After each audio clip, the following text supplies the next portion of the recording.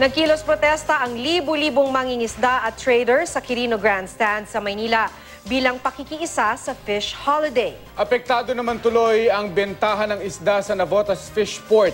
Makibalita tayo kay Tech Ocampo.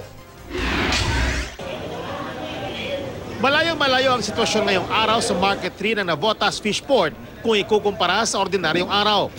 Wala kasi mga isda at halos walang namimili dahil sa fish holiday. Si Leonie Singson, na dekada 70 pa dispatcher sa Navotas Fish Port, sinabing napakalaki ng epekto ng fish holiday.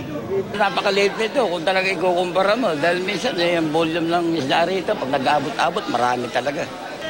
Kakaunti rin ang nabili ng iba pang umaangkat ng isda sa lugar.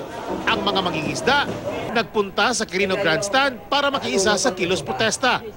Nadagdagan pa ng mga mas maraming mangingisda at trader na mula naman sa iba't ibang lalawigan. Tutol sila sa implementasyon ng Republic Act 10654 ng Fisheries Code of the Philippines, partikular sa pagbabawal ng commercial fishing sa baybayin ng mga munisipalidad tulad ng Manila Bay. At sa mas pinataas na multa at parusa nito. Ayon sa mga mangingisda, ginawa raw ang naturang batas para lamang panigan ang mga malalaking kumpanya. Bagay na itinanggi ng Bureau of Fisheries and Aquatic Resources. Ayon kay BFAR Director Aziz Perez, hindi bago ang naturang batas at matagal na raw ito. Pinabigat lang daw ang parusa at multa.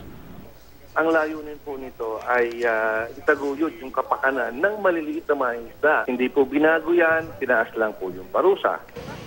Sa katunayan, target daw ng batas ang mga commercial fishing vessel. Protection po yun sa maliliit na mga isda. Hindi rin daw damay dito ang maliliit na mangingisda basta't hindi hihigit sa 3 tonelada ang kanilang bangkang pangisda. Ilang beses na rin daw nila itong naipaliwanag sa mga mangingisda, pero sa mahigit 1 milyong bilang nila, talagang magiging pahirapan daw. Pero may ilan din namang truck dealers na hindi sumali sa protesta at umantabay na lang sa Navotas Fish Port. Ang ilan namang mamimili na dismaya dahil walang inabutan. Sayang po yung puhunan namin. May worry din po kami na hindi maubos yung kalakal namin. Ultimo mga nagbebenta ng yelo, apektado din sa fish holiday. Di pa tiyak kung ano ang plano ng mga mangingisda. Pero may ilang nagbanta na posibleng maulit pa ang fish holiday sakali hindi mapagbigyan ang kanilang kahilingan. Patatandaan nito lang Hulyo, nagkilos protesta rin ang mga mangingisda at ilang trader. Isang araw din noong naapektuhan ng fish holiday ang benta ng isda sa Navotas Fish Port. Tech Ocampo, Nagbabalita, Pilipinas.